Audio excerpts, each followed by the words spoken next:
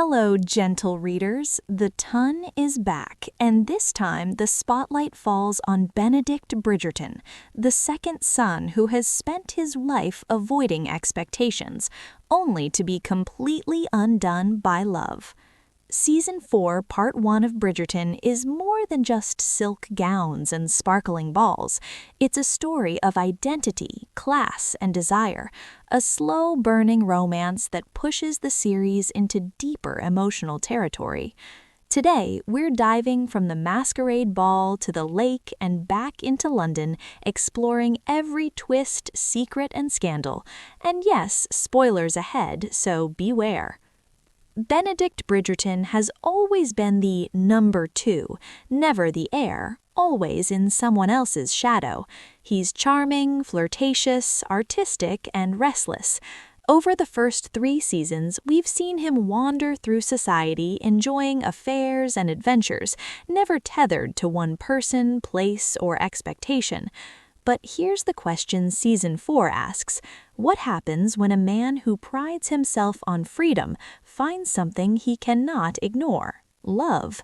His mother, Violet Bridgerton, ever the strategist and matchmaker, is determined that her second son will finally settle down, and she knows exactly how to do it: a grand masquerade ball filled with glitter, music, and mystery. It's the perfect stage for a love story to unfold. At the ball, Benedict meets a woman unlike anyone in the Ton, a lady in silver, whose sincerity is striking against the performative flirtations around her. She doesn't try to climb the social ladder, she cannot dance, and she seems utterly immune to society's games. This encounter is brief but profound. They share a terrace conversation where glimpses of vulnerability, curiosity, and longing are revealed.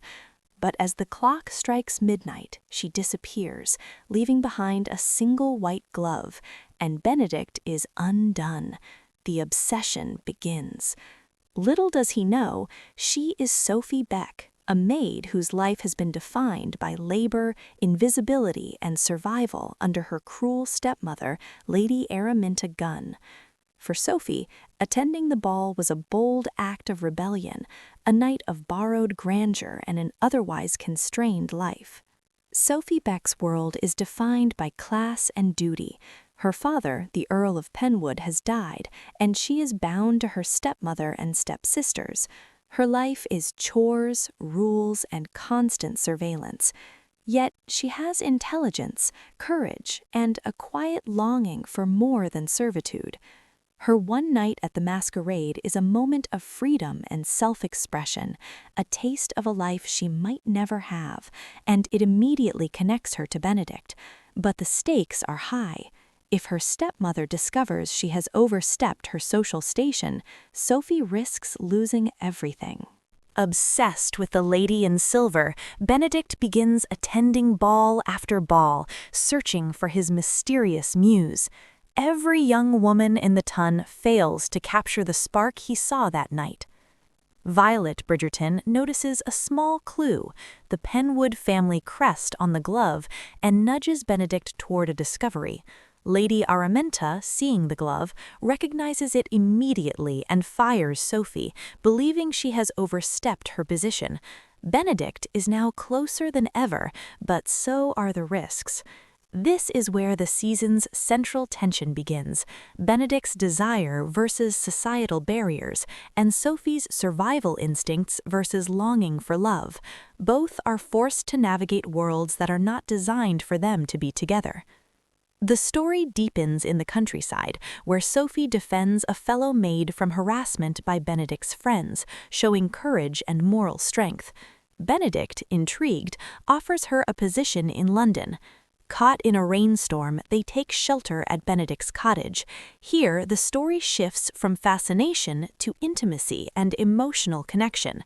Sophie tends to Benedict's wound, and they share tender moments that reveal vulnerability and trust. By the lake, they share a passionate kiss, their first true acknowledgement of desire.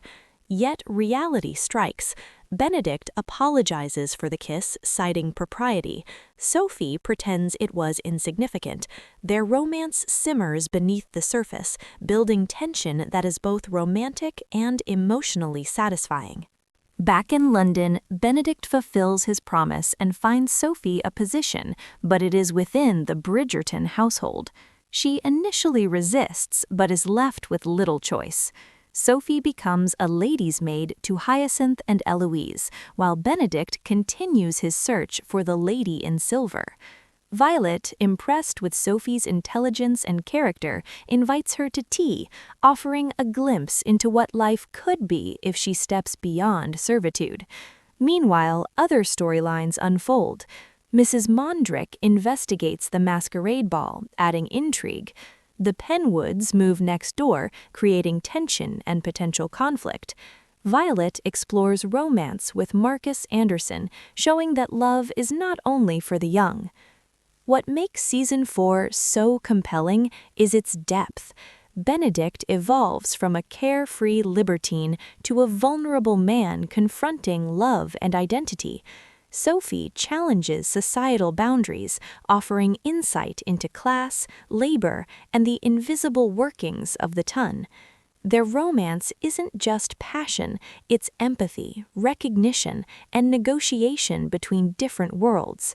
The series also highlights the upstairs-downstairs dynamic, giving servants and housekeepers agency and voice. Mrs. Wilson, Mrs. Varley, and Sophie bring perspective to a society often obsessed with appearances. Even secondary characters like Francesca, John, Eloise, and Penelope are given arcs exploring intimacy, duty, and personal growth, ensuring the story feels rich and multi-layered. The finale of Season 4, Part 1 leaves us both satisfied and gasping for more, as it perfectly balances romance, tension, and societal constraints. It begins with the Bridgerton family gathering at Kilmartin House for a dinner hosted by Francesca and John. Violet's subtle orchestration brings everyone together, and we get a glimpse of her tender, budding romance with Lord Marcus Anderson, reminding us that love isn't only for the young. But the real tension comes from Sophie and Benedict. After weeks of chasing the mystery of the lady in silver, Benedict finally begins to confront his feelings, not as an infatuation, but as a deep, consuming desire. He sees Sophie every day at the Bridgerton house, and the tension becomes almost unbearable. Then comes the moment that defines the ending. Benedict rushes to Sophie's room while sketching her, overwhelmed by longing. He finds the room empty, only to collide with her moments later on the staircase, and in a beautifully staged, cinematic moment, they share a heated, passionate kiss that confirms what viewers have been anticipating. Their connection is real, intense, and undeniable. But just when it feels like the fairy tale might finally unfold, Benedict drops a shocking request. He asks Sophie to be his mistress, not his wife. For Sophie, this is devastating. She's the illegitimate daughter of a lord, raised with proper manners, and she knows the social rules. Being asked to step outside society's framework in such a scandalous way is the ultimate betrayal of propriety. It's the kind of moral, emotional, and social crossroads that only a Regency romance can stage so dramatically. This ending sets up multiple tensions for Part 2. Benedict's conflict? He desires Sophie but fears the consequences of full commitment. This shows the duality of his character, romantic yet trapped by society, impulsive yet cautious. Sophie's dilemma: she now faces a choice: remain in the Bridgerton household and risk compromising her morals, or leave and preserve her independence. This is a true test of her strength and agency. Social pressure, the arrival of the Penwoods next door, combined with Sophie's precarious social position, promises increased stakes. Every interaction could expose her secrets and jeopardize her future. Foreshadowing Part 2, secondary plots like Francesca and Michaela's queer romance, Violet's evolving relationship with Marcus, and the lingering curiosity of Lady Whistledown's gossip all hint that the second half will expand both the romantic and social drama. The beauty of this ending is that it doesn't provide closure, it heightens tension while deepening character arcs. Benedict is no longer just a charming, carefree bachelor, he is a man confronting the weight of his desires against society's constraints. Sophie is no longer a background player in the upstairs-downstairs world, she is central, smart, and fully realized, capable of navigating danger and asserting her worth. Thematically, the ending reinforces Bridgerton's core ideas. Love is complicated by class, social expectation, and personal history. True connection requires vulnerability, even if society doesn't approve. Fairy tale romance is only meaningful when the characters feel real and flawed.